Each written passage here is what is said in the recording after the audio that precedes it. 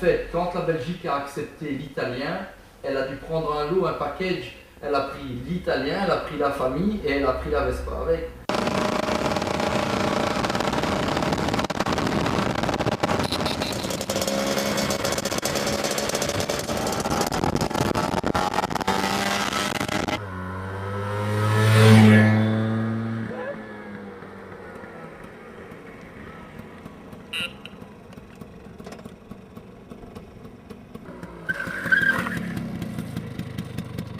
Juste après la guerre, il y avait plus à manger en Italie, que ce soit dans le sud, dans le nord, partout. Elle était pratiquement détruite.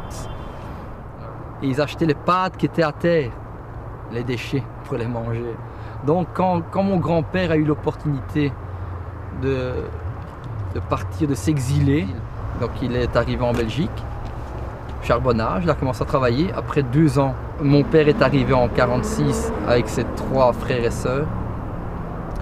Et puis encore, je te le disais tantôt, à 16 ans, la terre, la mine, le fond. Faut dire aussi, les cités minières n'étaient rarement très loin des charbonnages, mais pour y arriver le plus vite possible, pour descendre le plus vite possible, pour gagner le plus d'argent, forcément, ils allaient en Vespa. Et devant chaque charbonnage, il y avait des centaines de Vespa.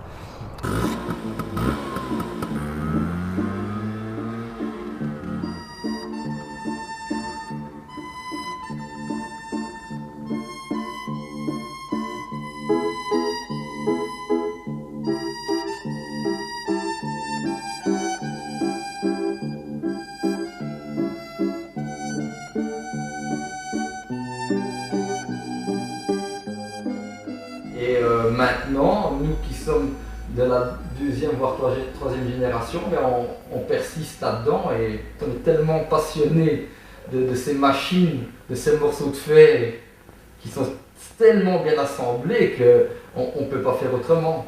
Et moi, en tant que grand-père, mon petit-fils, il a déjà sa Vespa. Il n'a pas 2 ans, mais il a déjà une Vespa. Je pense. Nous sommes italiens et nous sommes passionnés de tout ce qui est moteur. Tellement fiable qu'il y a quand même beaucoup d'Italiens qui sont retournés en Italie avec leur Vespa, hein, Oui, en roulant, oui. et qui ont fait certains pratiquement 3000 km avec. En fait, quand on sort en Vespa, on parle la même langue. C'est ça qu'il faut se dire. C'est-à-dire qu'on est tous dans la même direction. Donc, Rocco va parler de Vespa, mais automatiquement on va parler de Vespa puisqu'on est en Vespa, forcément. C'est bizarre, mais je pense que nos politiciens devraient penser Vespa. Si je suis sûr que Bart de Wever et Elodie Roupeau roulent en Vespa, ça irait beaucoup mieux.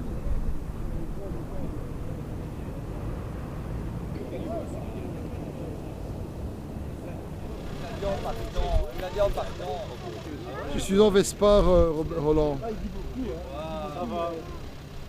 Oui, c'est rien d'urgent, tout va bien.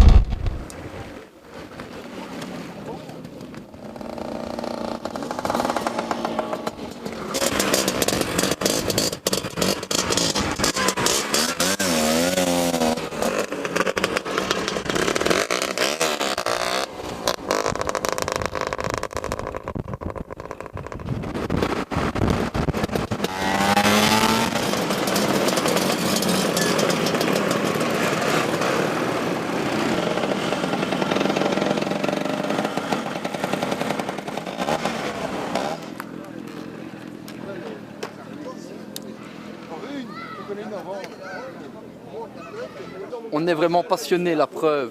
Tu le vois bien autour de nous. On est dans un club de passionnés. Et je pense qu'elles n'ont même pas le choix, nos femmes. Elles n'ont même pas le choix. Franchement, je m'amuse comme un fou. Je fais à peu près ce que je veux. Et ma femme, elle me suit où je veux pratiquement. Donc j'ai vraiment la belle vie. Je suis riche. On n'a pas besoin de beaucoup d'argent pour être riche. Moi, j'ai ma petite machine et je ne suis pas pour en avoir 4, 5, 6. J'en ai une et je la bichonne quand je peux. Ça, c'est vraiment le top. Quand ta femme, elle peut venir avec, eh ben, elles viennent. On s'arrête dans un petit bistrot, on mange, on boit et puis on fait un tour après-midi et on revient. Donc c'est vraiment la Dolce Vita.